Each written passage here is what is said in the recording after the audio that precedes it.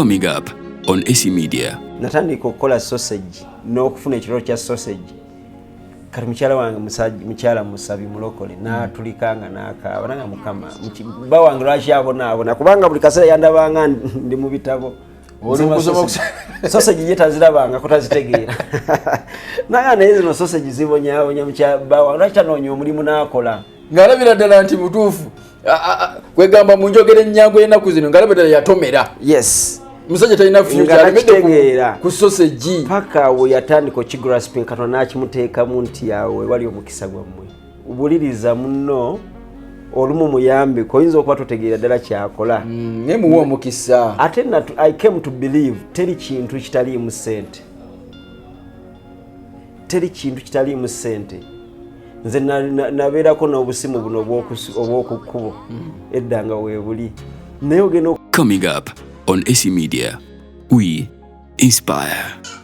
Aba YPA abakugu mu kukola amagoba nga bayita mu kulunda embuzi bazze okukuwonya obwavu.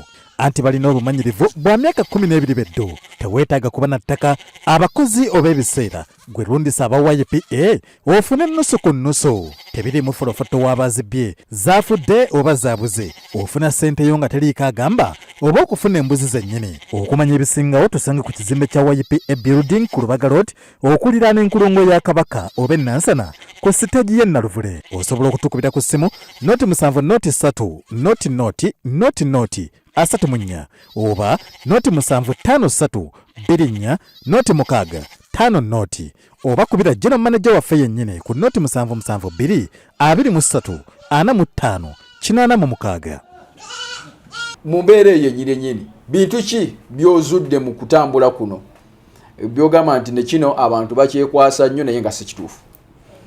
Kakati beekwasa gavumenti ne beekwasa okubanga si banyankole. Kakati kiri fana balesemu ebika ate nga nze ndi musajja Muganda naye nkozesa kabira zonna.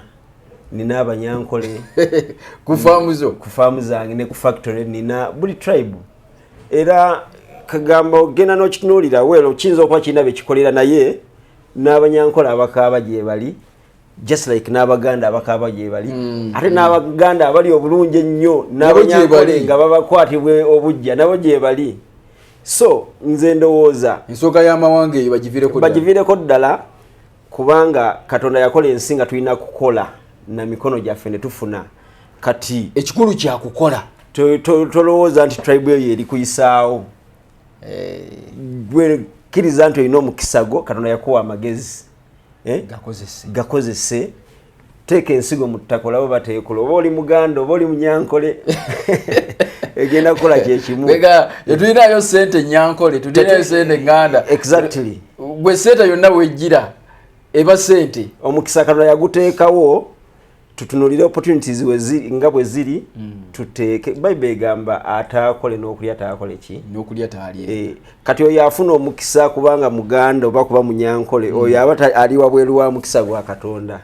Omukisa omutuufu teguva mu tribe guva mu kukola nnyo. Ate oluusi abantu tebaagala kukola bwe kiri. Kwegamba muve ku by'amawanga muve ku bya gavumenti ekikulu kukola. Nsonga ki endala abantu gye beekwasa okusinga beekwasa ezo ensonga aba ne beekwasa capital. Naye nga ate capital mujjawa capital ero oyina kusooka kuyiriba. Kati nze njaga Katonda yampa omukisa naye era omukisa gwange gwe omukisa Katonda gwagaba teguli so different guli special nti kuba gwange ne naawe gw'olina tulina kuyiiya mpola n'ogattiriza. Awe nyini wenjagala okuyingira mu katono nnyo otusiigire ekifaananyi twagala kuyigirako nga tonnaba kutandika alpha quality cuts twagala otutandikire ddala wali mu kuloota. Sisuubira oba n'erinnya lyaliwo simanyi. Teryaliwo. Otandika otya ono atulaba ku YPA TV afune ekinyegenyega agambe ebintu twagala otandikire wali mu kuloota wali simanyi wali wasiza n'okuwaza simanyi. kakati tubulire ku lugero olwo okutuuka kati luwanvu nnyo naye mpasa mukyala wange kati tuli mu myaka nga 10 tutambudde n'ebiseera bye namuwasizaako abantu bambuuza ekibuuzo ekyannema okuddamu mu kaseera ako nti omukazi ogenda muliisa kubanga nali siri kati nkulaga nti nali sirina ssente ekitegeeza omuntu wakubuliza ekibuuzo ekyo ekitegeeza wali bubi nnyo nali bubi nnyo nga nsaasirwa kati ffe ng'abalokole era kiri nnyo mubalokole tetulwawo kuwasa olaba nga tosobola kubeerawo nga tolina mukyala ng'okola ki ng'owasa teweeyimenya that is balokole kakati wempasa kano nanyamba awo nakuba ekyamage ne tufunayo ka internet cafe nga kale obusente obusamusa internet cafe katya buno kafe zino nga n'amasimu gana tegannayala nyaga tegannaba naye nga gatandikiriza ngendo jingiramu nga nagalo gayingidde abantu era myaka 2-3 kafe zaite zikyalina makulu nga tezikyalina makulu kati ntandika okufeedinga awo tunoonya ekyokukola kati nali nalundayoko nga ninayo obusolo bwange eyo nalinayo obubizi kati wembeera n'obubizi obwo obubizi nga bundidde ssente era ebintu ebimu bye tulina okuyiga nti oba olina bizinesi gyokola supervision kikulu nnyo totandika butandisi bizinesi n'ogisuulaawo gwe nolowooza ejja kwekoleramu omulimu kati supervision yali mbi mbeera makindye nundira semuto sina mmotoka nengula nempeza embizi nga 10 naye nga sente zindidde nyingi nnyo ntandika okwagala ozitunda nga temuvaamu sente kakati obwongo ekintu idea enkubira ejja mu bwongo noga ne waliyo sausages embizi pork sausages naziryaku mu hotel nga ziwooma nnyo naye nga lwaki sizikola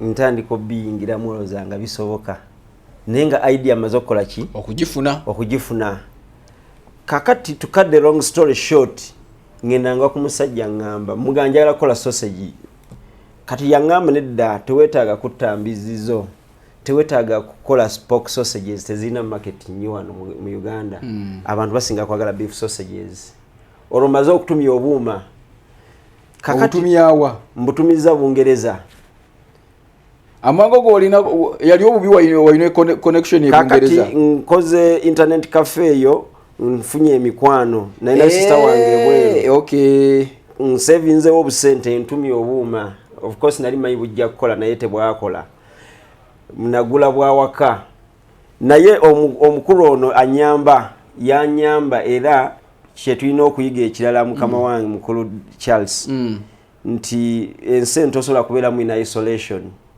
ensi Katonda yatukola nga tulina okuba connected kwegamba gwe gyokoma okweyawula nobeera wekka tosobola kumalako teri kyosobola kukola wekka n'omalako idea yo neighbor oyo agenda okuyamba ogizimba wamandooza yensonga lwaki abagagga tebaggwako bantu yes buli wabeera abeerako abantu era namutuma kinono nakola kino waliwo abantu aboogera nti tolina kusharinga idea yo bajja jibba bajja jiroga ekintu ekyo nze sikkirizigana nakyo gyokoma okwogera ku kintu ne bwe tebakwadde idea kitandika okudevelopinga gwenyini nnyo oyinza kuba oyogera n'omuntu omubuulira ekintu n'otandika okwekuba endobo n'olaba naye kino tekisoboka kakati omwami oyo yanyambe nnyo nanzijja mu kutunuulira embizi pork sausages okola pork sausage yali mukatananga nedda ogenda mu lufula n'ogula ennyama ate teweetaaga kulunda nte kukola sausages nandaga bw'obagula mixed meat kati nga nze nali ndowooza ngenda gula ente namba ate ebyenda mbiteeke eno amagumba nga teeke eno kuba njagalako nnyama nandaga osobola okugenda n'ogula ennyama nga temuli magumba abamagumba ne bagatwala kuba bo bagalinako bizinesi awo nanyamba nandaga nti ebyuma biwagula bifu wagula domestic ng'obiteeka mu kilo 2 ne bikyamuka nangamba nandaga nankwata nantwala ku byuma ate bye natwala eyo ne banzikiriza okukolerayo n'empangisa so bwentyo bwe ntandika ne nnyingira mu system. Olwawo otandika oyina capital wa sente nga mmeka? Nalina capital wa bukadde nga bubiri. Kamu bubiri nga nina sente ntini. Naye omusajja ono yanyamba nnyo kuba yantwalira omusajja ennaku ezo yafa naye omusajja yantunulira bwati. By then business ya sausages yali egwanga bagisiize ebifaananyi ebibi bakuba bino nyama yaabwe kati babyogera nze wennyingiriramu bwe nti era ekyo kyanjigiriza nti oba Katonda tali ku side yo ne bw'okola otya tosobola kulaba mukisa kubanga nze nyingira sausages business collapsinze era natula ku bulire ngana Katonda watakuwadde mukisa totawana kati munsi twetaaga ebintu bibiri twetaaga kubanga Katonda ali ku side yaffe ate twetaaga okukola ennyo kati abalokola abamu babyawula n'alowooza nti Katonda babeera ku side ye kyokka kimala n'asaba busabi naye ng'ekintu ky'okukola ennyo kikulu nnyo kyenkana n'okubeera ne Katonda teri muntu yali agaggawadde kuba Katonda ali ku side ye kyokka Katonda babeera ku side yo kati naawe olina okuzanya paati yo eyo nkulu kubanga eryo tteeka kyobalanga n'abasamize bagaggawala kubanga bakola eyo principle n'abamadini amalala bagaggawala kubanga bakola so olina okubanga oli willing okukola n'ogattako okusaba n'otambuza ebintu ebi bibiri buli w'obyawula obeera mu matigga. Wow. Oli ku YPA TV ne S Media tutunuulidde no katuli ku lugendo. This is an inspirational story. Kubanga gwabadde yenyoma tuli kati ku million ezo business etandise. Negwe ezimu ezo oluzifuna n'olyoka ogenda ku beach n'ogenda n'okola otya n'opangisa emmotoka eyakabi n'ovugavugamu awo wiiki n'omaliriza ngo ate era okaaba. Obugagga busoboka singa osalawo okukyusa endaba engeri gy'olabamu ebintu. Watunulira story eno wakati mu challenges zaaliwo nga bagamba nti sausage zikoze zitya ate tulabayo omulala yagiyingira abala bajjayo emitwe ate yateekayo ogugwe. Olwaleero the rest is history. Awe nnyini bwe tukyali ofunye ebyuma ebisobola okukuba ku kilo eziwerako. Ebyuma bye nafuna byali bifu nengenda nentandika okupangisa. Byali ebyokupangisa. Na mukwano gwange ono gwe nkugambye ayo muyita Robert nankwata ku mukono nantwala factory yali awo Seguku ku Mwenda awo. Nanyingizayo ne banyamba. Kati bano banyamba partly because balina omutima mulungi naye also banyamba kubanga business yaabwe yali egudde nga bangamba gezaako naye nga tebalina ssuubi bamanyi nyingiridde mu kaseera akakyamu era ekyo ndoza tukiraba nnyo olaba nti ono business agiddukamu ono agiyingira golooza biganye omulala n'abifunamu yubulagala opportunity. So kati nze najja ne energy wamaanyi ndi mupya mu kintu kirina okukola era nze nentandika ku accelerating nga ngenda mu maaso mpola mpola. Bano bagenda okulaba mu mwezi gumu omusajja gwe badde basaasira nga nina potential ate okusasula rent w'ekifo kyonna.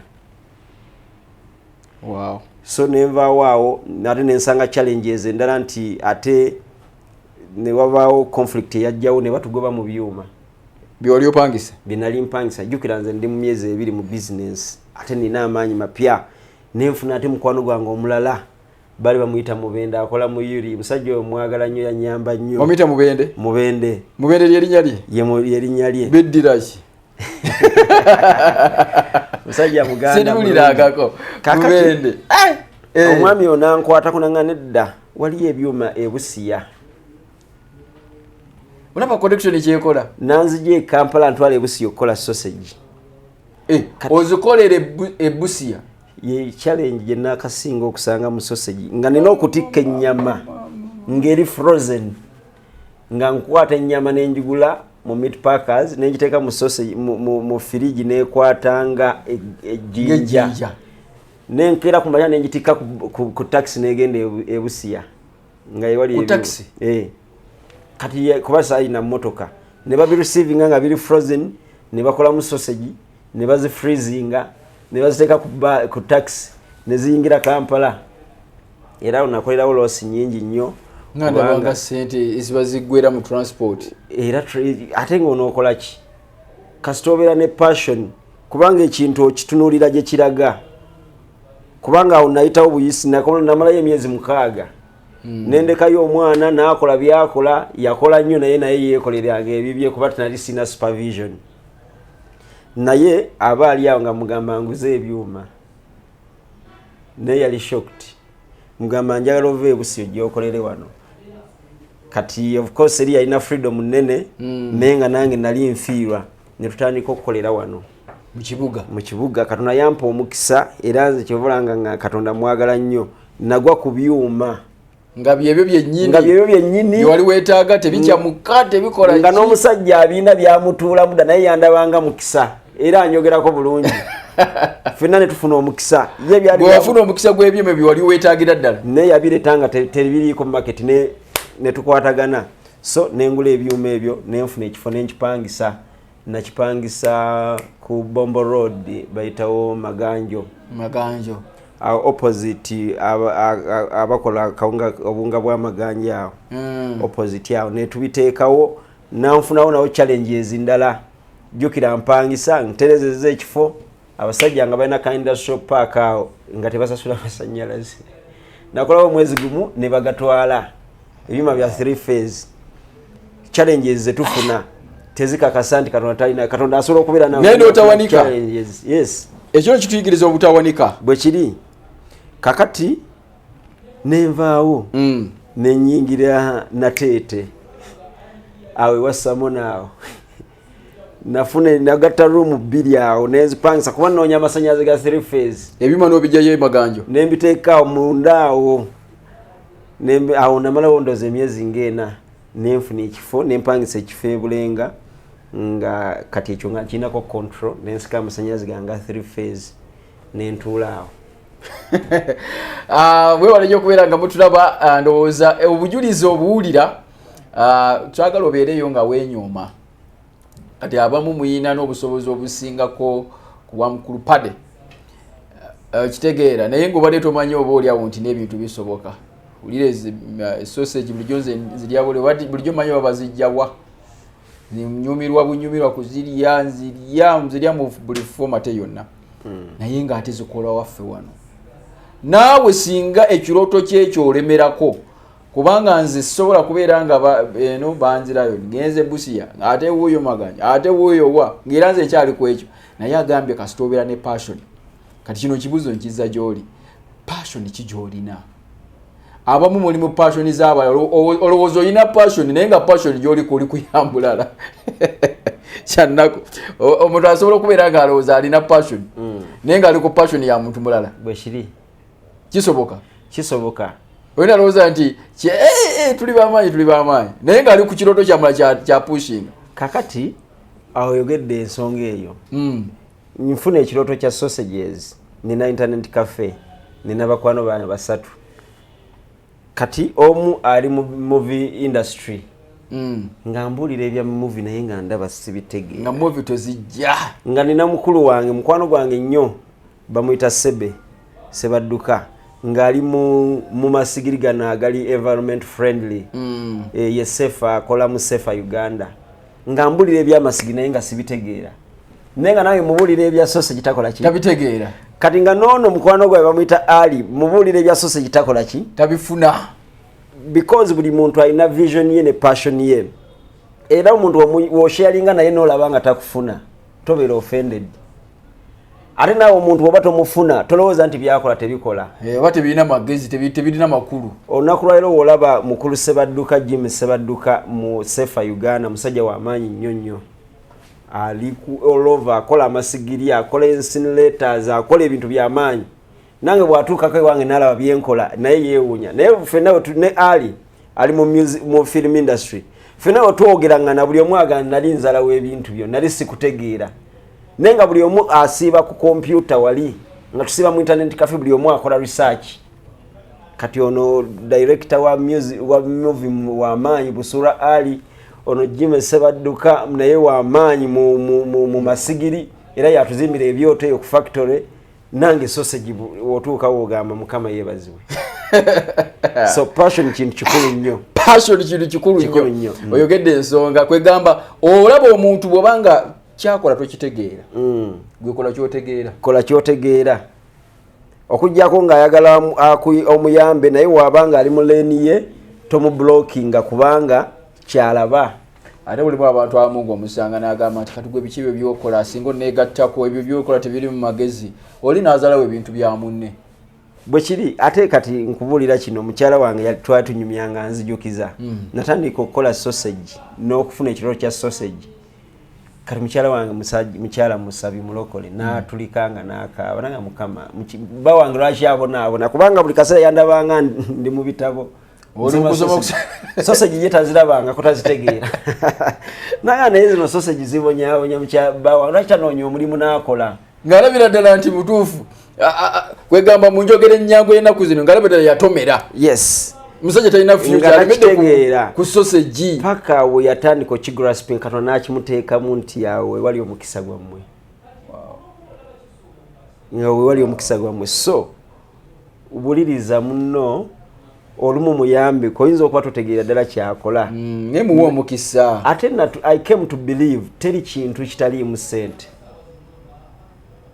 Teri kintu kitaliimu ssente. Nze nabeerako n'obusimu buno obw'okukkubo edda nga weebuli naye ogenda okulaba ono akavaamu ono akayingira bizinesi zonna kati mobile money ono agivaamu ono agiyingira omuntu wakiyingirira ne spices z'ateeka mu kintu zafuna kwe kufunamu kwe so gwe olina okuba convinced ku kyokola okiteekemu all your energy abala bonna basobola okutafunamu naye gwe ojja kifunamu. Wow. Bulijjo ebudde bwe butera okutusalako naye nga tubaffe tulina bingi nnyo mazima emboozi eno enkoledde ddala bulungi nnyo si byakugamba nti ki nsabye nti naawe woogenda okugirabira ebeereko kyekyusa munda mu ggwe osobola okubeera nga ggwe mumuli ewammwe simanyi mukulu Paddy ewammwe ggwe mwana omukulu oba nva mu big family naye nze ndi kuba kitaffe yafa tuli abaana over 20 people children naye ndowooza nze second last actually wansi ddala eno wansi ddala so ndi mu baana mu maama wange nze asembayo obuto.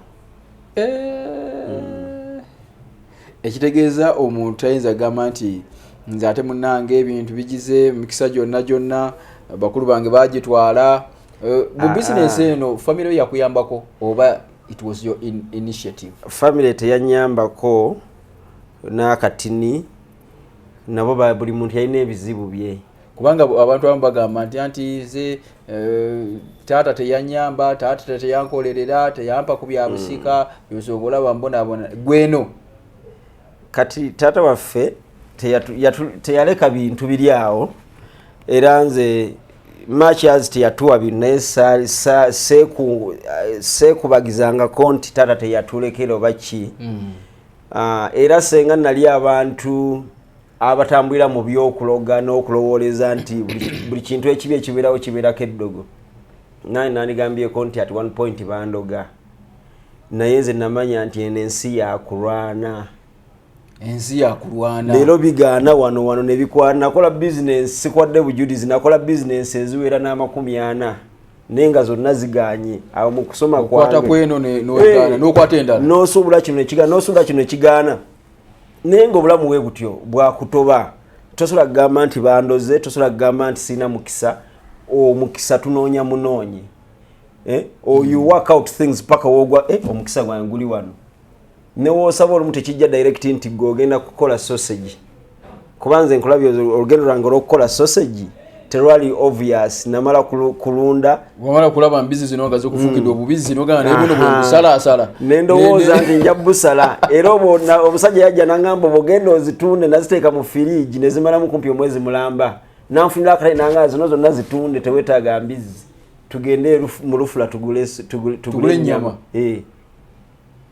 awo ntandika olwo ntandika naye twagoma emyezi nga 6 nga tetunaba kukola product kubanga nasooka ne mutawanya kubuma buno obufu paka oyanga buno obuma tebusobola kukola kye twagala nantwala ku byuma naye nga muwakanya mugamba nze mmanyi bujja kukola naye yali so patient with me paka we yantuusa ku kituufu. Bannaye oli ku YPA TV ne SC Media njagala kubebaza mwenna abasubscribinze gwatanaba kutapinga mu subscription yawo kusabye busabi tapingawo nyiga ku kade kali ojja kubeera ng'ofuna notification butekayo ekintu ekirungi osobola okubeera nga osigala ng'ofuna content yo nasobola okuyambako amagezi gano kintu kikulu nnyo nyini ddala. Mukulu Paddy, omuntu ng'ayagala okujjako ayongere okulaba ku byokola n'okumuwa ku magezi asobola kufuna atya? Ekisooka office yange eri awo ku factory ku Ebulenga. Kubeerayo mbeerayo naye kwegamira kyetaagamu appointment n'akasimu tiwayinzija gy'oli kubanga okimanyi nti tulina amasomero abiri gali bakka ku Hoima Road tulina essomero eddala lirina Kigalala so kati ebisinga bibeera bya kusimu otherwise oyinza okujja nga ndi bakka ate nga gwoli Bulenga obanga ndi Mitiyana ndi mu nnimiro oli mu nnimiro oli kasoli Busunju atuwe namba y'essimu tunatandikirawo. Essimu yange eri 0701 133 416 gitudiremu 0701 133 416 awo omuntu aba kutuuseeko abantuuseeko ekigambo ekisembayo eri bannayuganda.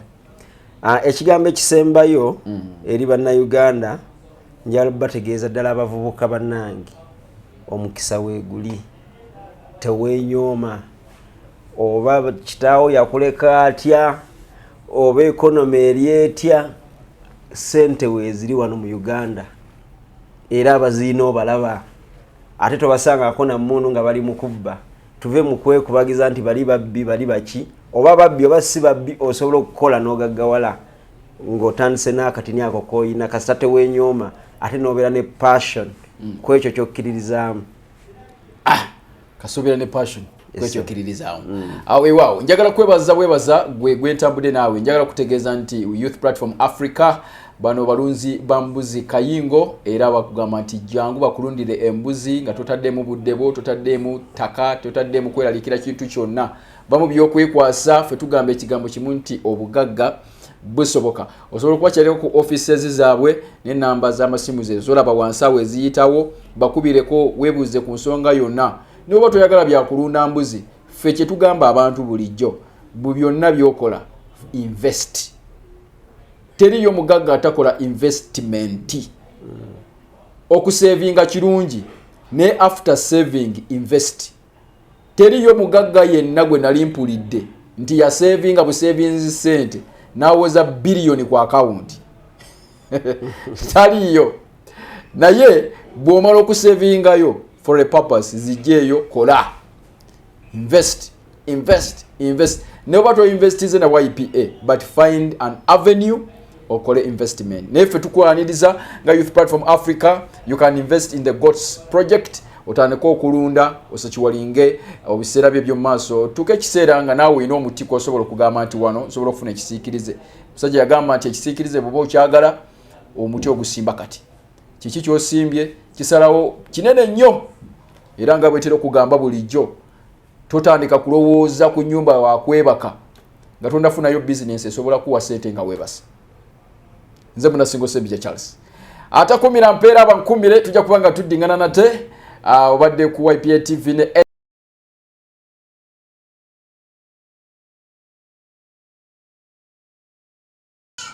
aba YPA abakugu mu kukola amagoba nga bayita mu kulunda embuzi bazze okukuwonya obwavu anti balina obumanyirivu bwa myaka 12 beddo teweetaaga kuba na ttaka abakozi oba ebiseera gwe lundisa aba YPA ofune nnusu ku nnusu tebirimu folofoto w'abazibye zaafudde oba zaabuze ofuna sente yo nga teriiko agamba oba okufuna embuzi zennyini okumanya ebisingawo tusange ku kizimbe kya YPA building ku Lubaga Road okuliraana enkulungo ya Kabaka oba Nansana ku siteegi y'e Naluvule. Osobola okutukubira ku ssimu noti 7 noti 3 noti 34 oba noti 753 24 noti 6 5 noti oba kubira general manager waffe yennyini ku noti 772 23 45 86